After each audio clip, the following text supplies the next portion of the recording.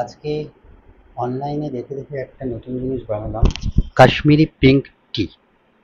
এটা দেখতে এরকম হয়েছে,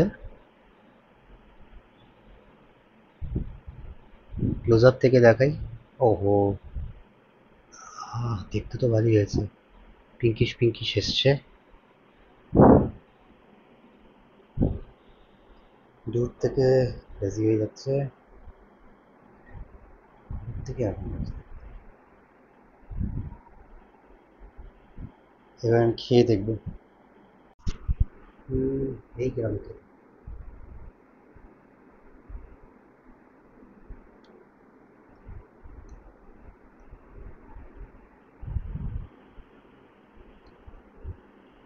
চিনিটা একটু কম আছে,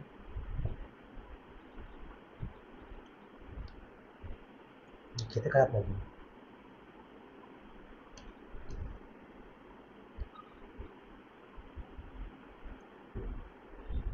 ভালোই লাগছে, আমার তো ভালোই লাগছে।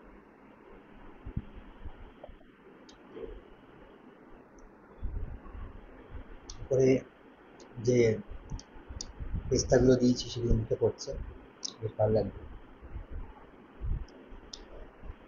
চায়ের টেস্টটাও ভালো, শুধু চিনিটা একটু কম লাগছে। আমার মনে হয় চাটা আর একটু ফোটাতে হতো, তাহলে চায়ের কোয়ান্টিটিটা কমে যেত, তাহলে চিনিটা স্বাদে দিয়ে লাগতো। আর চিনিটা হয়তো, দুধটা হয়তো একটু বেশি দিয়ে ফেলেছি। বাট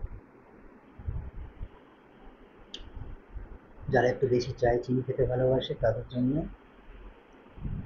বেশি চিনি একটু দিয়ে দিলেই হবে।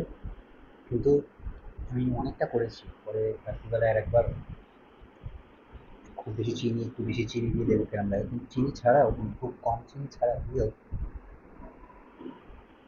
চায়ের টেস্ট অপূর্ব লাগবে। মানে যারা এলাচ চা খেতে ভালোবাসে, এলাচ পড়েছে যদিও, দারচিনিটা পড়েনি, ওটা দিলে আর কীরকম লাগবে জানি না, কিন্তু এলাচ চা যারা খেতে ভালোবাসে